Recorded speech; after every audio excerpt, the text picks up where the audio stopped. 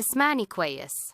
الكلام اللي هقولهولك دلوقتي مش جاي بالصدفة، ده وصلك في اللحظة اللي قلبك كان محتاج يسمع فيها الحقيقة.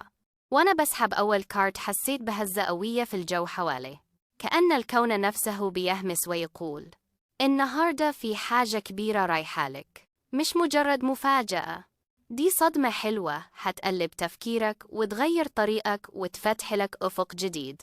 شايفة طاقة رزق بتقرب منك بخط سريعة. رزق مش مرتبط بشغل ولا بوعد and it happen. ده رزق جاي من نيتك الطيبة ومن صبرك الطويل ومن دعوة خرجت منك وانت موجوع. خد بالك من الجملة دي افتح نيتك وفكر صح، لأن النهاردة طاقة الغنى بتدور حوالينك. الكروت بتكشف إنها يوصل لك رمز أو علامة النهاردة. يمكن رقم غريب يتكرر قدامك، يمكن رسالة من شخص ما خطرش في بالك، يمكن كلمة بسيطة بس تفتح لك باب عمرك ما شفته قبل كده. وفي حاجة تانية مهمة، في حد كان واقف في نص طريق رزقك.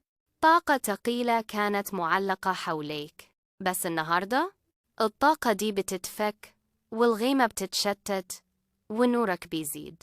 الكون بيبعت لك رسالة واضحة، ركز وافتح قلبك وخلي نيتك في الخير. اللي هيحصل النهاردة مش نهاية، ده بداية غنى، بداية نور، بداية مرحلة جديدة أقوى من كل اللي فات. لو حسيت إن الكلام ده لمسك، اكتب في الكومنت أنا جاهز للمفاجأة، وسيب الطاقة تشتغل معك مش ضدك.